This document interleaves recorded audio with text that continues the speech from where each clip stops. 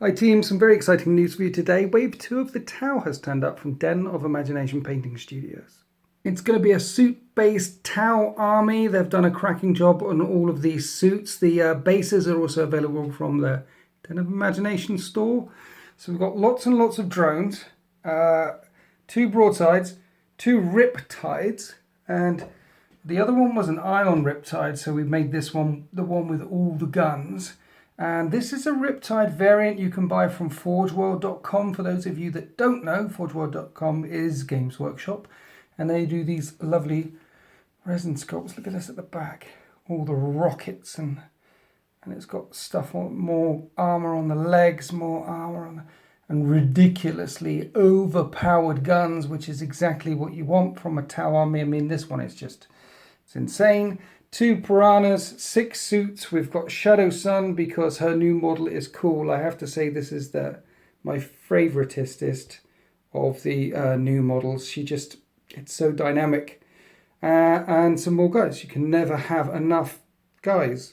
So when we add this bit of the army to the bit of the army that's already been painted, we finally have a viable Tau force that we can lead into battle. And suits. Why suits? Well, in 9th edition, as far as suits concerned, it should be okay, I think. Even though they've all lost the fly keyword, the nerf bat has swung and smacked into the Tau.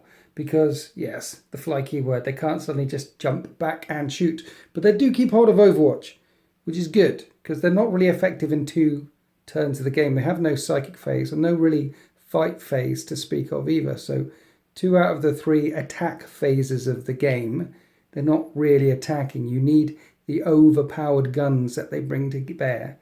So losing the fly keyword, being able to fall back and shoot is a thing. Retaining 8th edition Overwatch, so everything can Overwatch, the greater good ability, helps balance that out a little bit. And let's not forget that these things are monsters, and if you do manage to get in close combat with them, then they'll be able to shoot you while you're in close combat with them. But overall, a Tau suit force will be a mobile force, and I think in match play that will actually be beneficial if you don't have a backline shooty static gun line, because 9th edition match play is all about getting out and scoring some of those objectives. But what's the main reason why we got suits? The main reason why we got suits is the rule of cool. If you are collecting a new army, get what you think looks cool first, because you're going to be holding on to that army for a decade, longer. In my case, this army will be around for a very long time. So you've got to get the stuff that you think looks cool, and you'll think it looks cool in a year's time. You'll think it looks cool in 2 years' time. So rule of cool, very, very important when starting off a new army. And a secondary reason for getting loads of suits, one of my personal reasons, is I like to get, when I get a new army, get stuff that only that army can get. So when I got my Death Guard, for example, the end of all things, I didn't get any Hell Brutes or Land Raiders because there's many other armies where you can get Dreadnoughts and Land Raiders. I got stuff with Disgustingly Resilient. I got stuff that was unique to that army.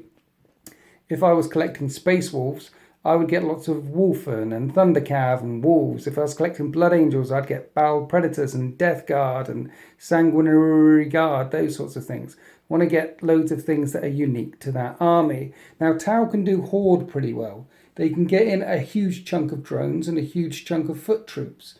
And other armies can do Horde pretty well. Tau can also do tank gun lines pretty well. Mechanized mobile gun lines pretty well. But so can Dark Eldar and Eldar.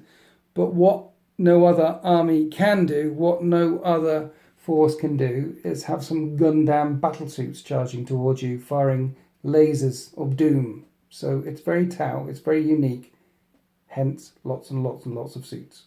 The other thing we wanted to make sure was that these weren't painted to a specific Tau sept colours, not because we didn't want them aligned to a certain way of war, but because we want to develop our own narrative here. We want to develop our own characters, our own history and story for this sept. Just as we've done with the 13th, and just as we've done with the Eternal Slaughter. It'll be glorious to see how these boys get on in the grim, dark, far future. What stories we will tell, what battles we will win and lose.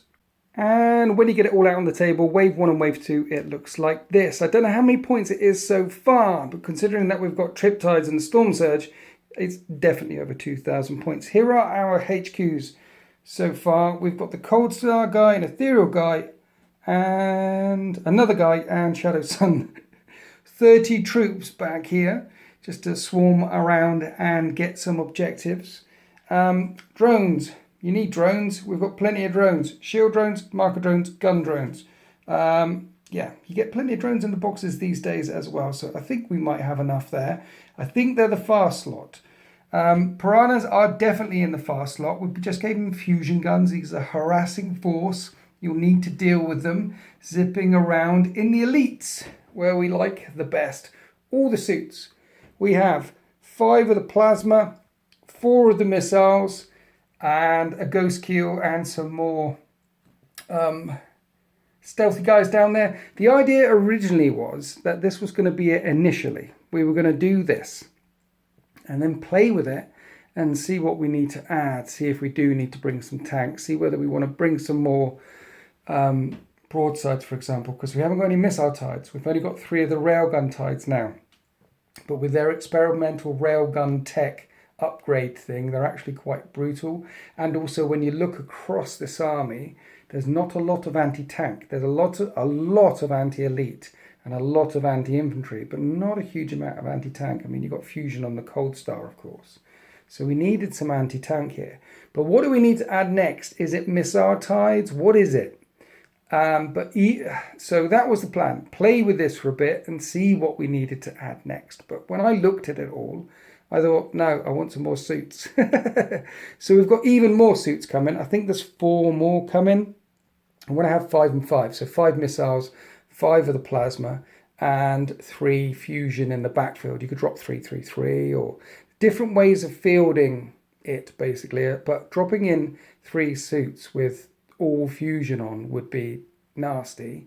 And I wanted some more Eggmen. I wanted some more stealthy dudes. So I think we've got 6 more said stealthy dudes coming up as well, because that means sometimes you could field a list with the ghost kill and loads of stealth in it.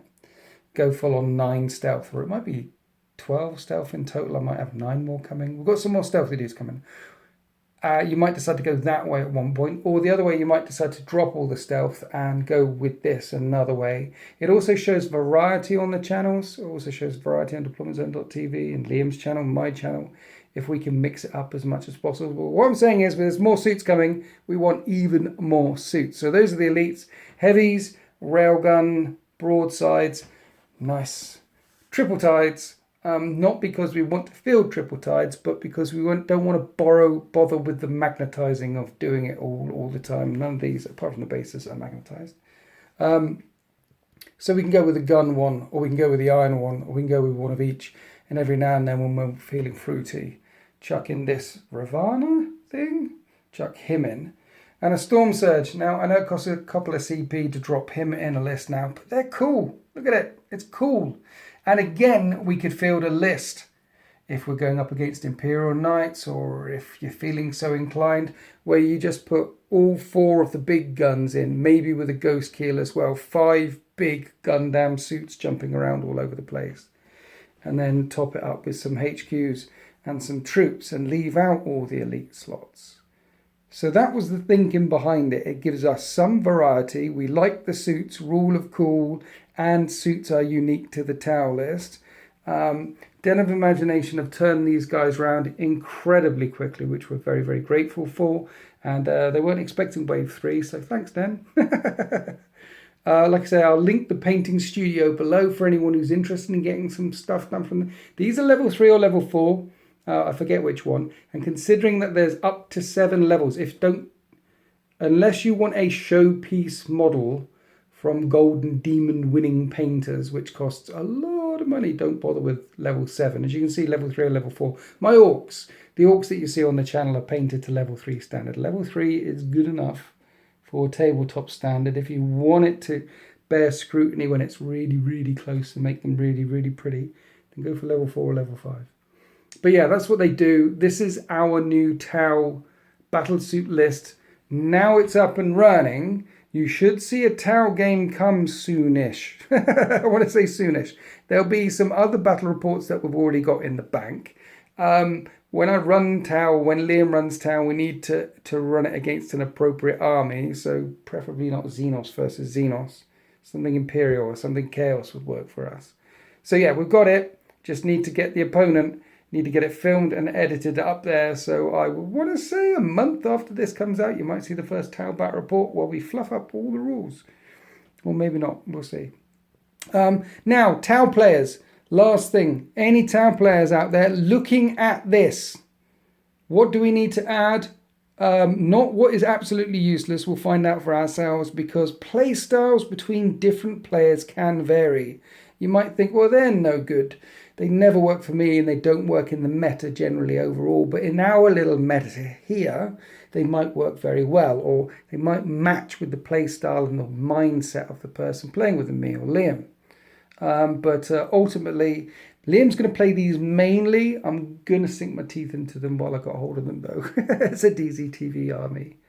Because he needs a bit more variety. But yeah, I'll definitely play with these. But what would you add, looking at this? Now, the obvious thing is to say Devilfish and tanks.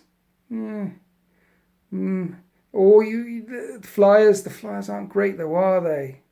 Honestly, I'll tell you where I'm leaning. I'm leaning towards those Forge World suits. These are XV8 suits, XV88s, aren't they? And then you've got those Forge World ones with the 4 burst cannon guns on it, the XV9s. I really like the look of them. Maybe a chunk of them. More suits. Or Kroot. Do we get loads of Kroot and Kroot Hounds and Krootoks and stuff like that? Or honestly, considering we only have 30 troops on foot and they're not protected by a transport at all, do we really have to get the Devilfish? I think we might have to get the Devilfish. Right, so if you're a Tau player, write in the comment section, I am a Tower player, and if I was gifted this army, all of this, I would immediately add X, Y, and leave it at 2 things, max 2 things. So if you're a Tower player, if I'm a Tower player and I was given this, I would immediately add X, Y. Please put that in there so your comments will stand out from all the other comments. So that's it. That's the update on the Tau. Should see an army within a month. Knowing me, it's probably going to be 2. Thank you, Den of Imagination, one more time for picking this up so quickly, in fact. And this guy's a beast, isn't he? We like this guy. Ridiculous guns. Yeah, happy wargaming.